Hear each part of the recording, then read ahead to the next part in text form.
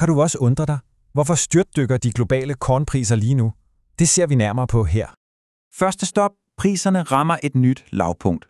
Og ja, det er altså ikke bare et lille fald, vi taler om. De har virkelig ramt bunden. Så lad os starte lige her. På Matif-børsen i Paris, du ved, den der ligesom sætter standarden for hvedepriser i hele Europa, der har prisen ramt det allerlaveste niveau siden marts.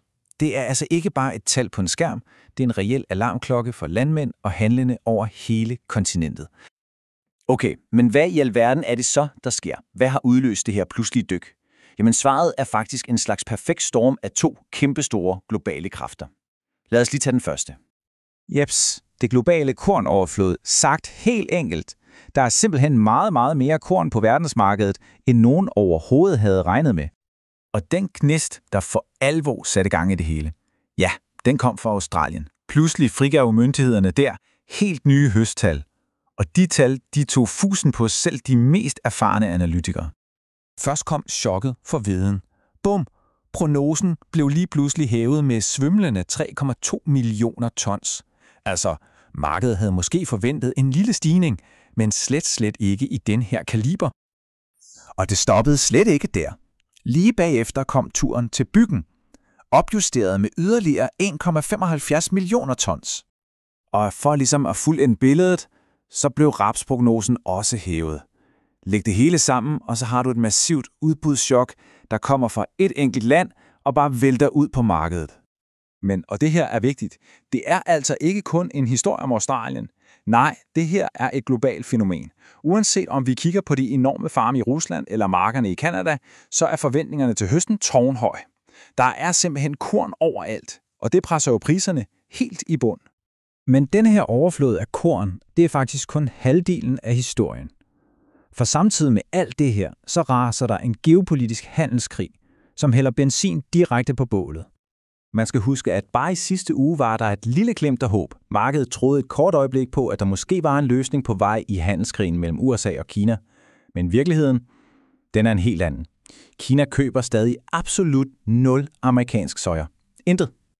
Altså Kinas strategi er jo krystalklar. De har fuldstændig vendt USA i ryggen og dækker nu deres enorme behov for soja ved at handle med Sydamerika i stedet for, og så tager de på deres egne store reservelager. Og for at forstå, hvor stort det her skift er, Kina har allerede købt mellem 9 og 11 millioner tons ekstra soja fra Sydamerika i år.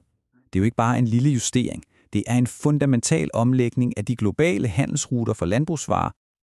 Og den her handelskrig, den er også med til at skabe helt nye og ret uventede alliancer, som virkelig kan komme til at forme verdenshandel i mange år fremover.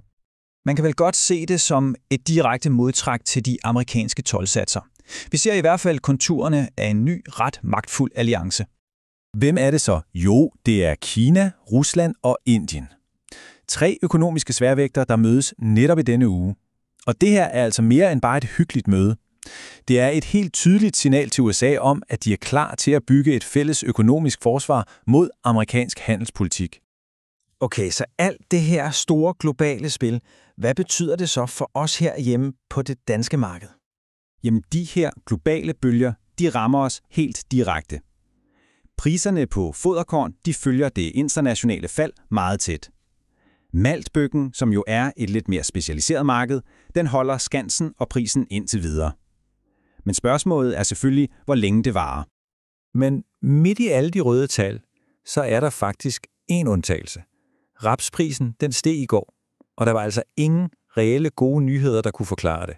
Så det ses mest som en teknisk korrektion efter et ret stort fald i sidste uge. Det viser bare, hvor utrolig nervøst og uforudsigeligt markedet er lige nu. Og det efterlader os jo med et ret tankevækkende spørgsmål, ikke? I en verden, der er så tæt forbundet, når en enkelt høstprognose i Australien og et politisk møde i Asien kan sende chokbølger gennem priserne herhjemme fra den ene dag til den anden, er stabilitet på markedet så overhovedet en reel ting, eller er det bare en illusion?